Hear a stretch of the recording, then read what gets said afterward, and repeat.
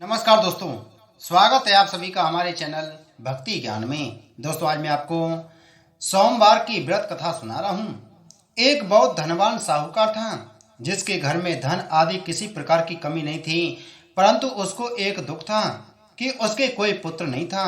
वह इसी चिंता में रात दिन रहता था। वह पुत्र की कामना के लिए प्रति सोमवार को शिव जी का व्रत और पूजन किया करता था तथा सायंकाल को शिव मंदिर में जाकर शिव जी के श्री विग्रह के सामने दीपक जलाया करता था। उसके इस भक्ति भाव को देखकर एक समय श्री पार्वती जी ने शिव जी महाराज से कहा कि महाराज, यह साहूकार आपका अनन्य भक्त है और सदैव आपका व्रत और पूजन बड़ी श्रद्धा से करता है। इसकी मनोकामना पूर्ण करनी चाहिए। शिव जी ने कहा, हे पार्वती, यह संसार कर्म क्षेत्र है। जैसा किसान खेत में बीज बोता है वैसा ही फल काटता है, उसी तरह इस संसार में प्राणी जैसे कर्म करते हैं वैसा ही फल भोगते हैं।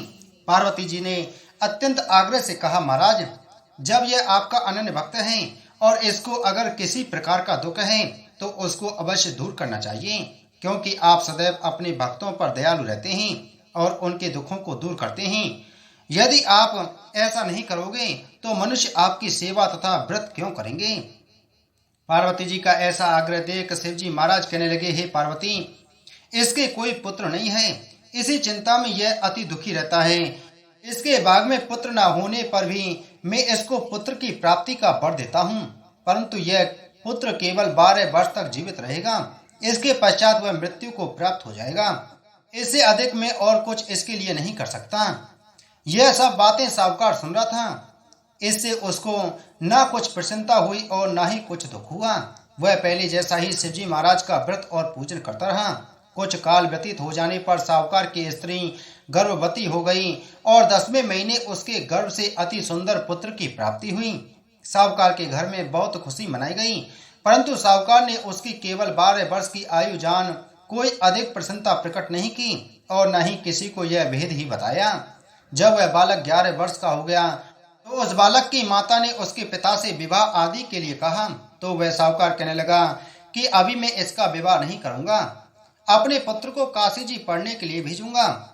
फिर साहूकार ने अपने साले अर्थात बालक के मामा को बुलाकर उसको बहुत सा धन देकर कहा, तुम इस बालक को काशी जी पढ़ने के लिए ले जाओ और रास्ते में जिस स्थान पर भी जाओ यज्ञ करते और ब्राह्मणों को भोजन कराते जाना।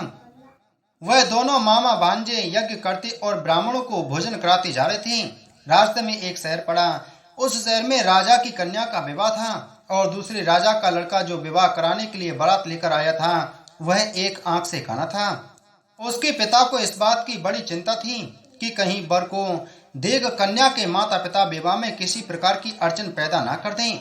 इस कारण जब उसने अति सुंदर सेठ के लड़के को देखा तो उसके मन में विचार आया कि क्यों न दरवाजे के समय इस लड़के से वर का काम चलाया जाए। ऐसा विचार कर वर के पिता ने उस लड़के और मामा से बात की तो वे राजी हो गए। फिर उस लड़के को वर के कपड़े पहना तथा घोड़ी पर चढ़ा दरवाजे पर ले गए और सब कार्य प्रसन्नता से पूर्ण हो गया। फिर वर के पिता ने सोचा कि यदि विवाह कार्य भी इसी लड़के से करा दिया जाए तो क्या बुराई है। ऐसा विचार कर लड़के और उसके मामा से कहा, यदि आप फेरों का और कन्यादान के काम को भी करा दें तो आपकी बड़ी कृपा होगी। मैं इसके बदले में आपको बहुत कुछ धन दूंगा। तो उन्होंने स्वीकार कर लिया। विवाह कार्य भी बहुत अच्छी तरह से संपन्न हो गया। परंतु जिस समय लड़का जाने लगा तो उसने राजकुमारी की चुनरी के पल्ले पर लिख दिया कि तेरा विवाह तो मेरे साथ हुआ है, परंतु जिस राजकुमार के साथ तुमको भेजेंगे वह एक आंख से काना है। मैं काशी जी पढ़ने जा रहा हूँ।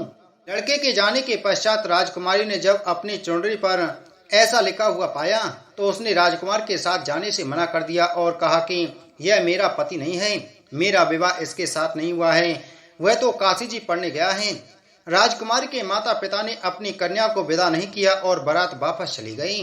उधर सेठ का लड़का और उसका मामा काशी जी पहुंच गए। वहां जाकर उन्होंने यज्ञ करना और लड़के ने पढ़ना शुरू कर दिया। जब लड़के की आयु 12 साल की हो गई उस दिन उन्होंने यज्ञ रच रखा था कि लड़के ने अपने मामा से कहा, मामा जी, आज मेरी तबीयत कुछ ठीक नहीं है। मामा ने कहा, अंदर जाकर सो जाओ। लड़का अंदर जाकर सो गया और थोड़ी देर में उसके प्राण निकल गए। जब उसके मामा ने आकर देखा तो वह मुर्दा पड़ा था तो उसको बड़ा दुख हुआ और उसने सोचा कि अगर मैं अभी रोना पीटना मचा दूंगा तो यज्ञ का कार्य अधूरा रह जाएगा। अतः उसने जल्दी से यज्ञ का कार्य समाप्त कर ब्राह्मणों के जाने के बाद रोना पीटना आरंभ कर दिया। संयोगवश उसी समय से पार्वती जी उधर से निकल रहे थे। जब उन्होंने जोर जोर से रोने की आवाज सुनी तो पार्वती जी कहने लगी, महाराज कोई दुखिया रो रहा है, इसके कष्ट दूर कीजिए। जब से पार्वती ने पास जाकर देखा तो वहाँ एक लड़का मुर्दा पड़ा था। पार्वती जी कहने लगी, महाराज यह तो उसी सेठ का लड़का है जो आपके वरदान से हुआ था। शिव जी कहने लगे, हे पार्वती इसकी आयु इतनी ही थी, सो यह भोग चुका है। तब पार्वती जी ने कहा, हे महाराज इस बालक को और आयु दो, नहीं तो इसके माता पिता तड़प तड़प कर मर जाएंगे। पार्वती जी के बार बार आग्रह करने पर शिव जी ने उसको जीवन वरदान दिया और शिव जी महाराज की कृपा से लड़का जीवित हो गया। शिव पार्वती जी कैलाश पर चले गए। वह लड़का और मामा उसी प्रकार यज्ञ करते तथा ब्राह्मणों को भोजन कराते अपने घर की ओर चल पड़े। रास्ते में उसी शहर में आए जहाँ उसका विवाह हुआ था। वहां पर आकर उन्होंने यज्ञ आरंभ कर दिया तो उस लड़के के ससुर ने उसको पहचान लिया और अपने महल में ले जाकर उसकी बड़ी खातिर की। साथ ही बहुत से दास दासियों सहित आदर पूर्वक लड़की और जमाई विदा किए। जब वे अपने शहर के निकट आ गए तो मामा ने कहा, मैं पहले घर जाकर खबर कर आता हूँ। जब उस लड़के का मामा घर पहुंचा तो लड़के के माता पिता घर की छत पर बैठे थे और यह प्रण कर रखा था कि यदि हमारा पुत्र सकुशल लौट आया तो हम राजी खुशी नीचे आ जाएंगे, नहीं तो छत से गिरकर अपने प्राण दे देंगे। इतने में उस लड़के के मामा ने आकर यह समाचार दिया कि आपका पुत्र आ गया है, तो उनको विश्वास नहीं हुआ। उसके मामा ने शपथ पूर्वक कहा कि आपका पुत्र अपनी स्त्री के साथ बहुत सारा धन लेकर आया है। तो सेठ ने आनंद के साथ उसका स्वागत किया और बड़ी प्रसन्नता के साथ रहने लगे। इसी प्रकार से जो कोई भी सोमवार के व्रत को धारण करता है अथवा इस कथा को पढ़ता और सुनता है उसकी समस्त मनोकामनाएं पूर्ण हो जाती हैं। बोलो शिव शंकर भगवान की जय।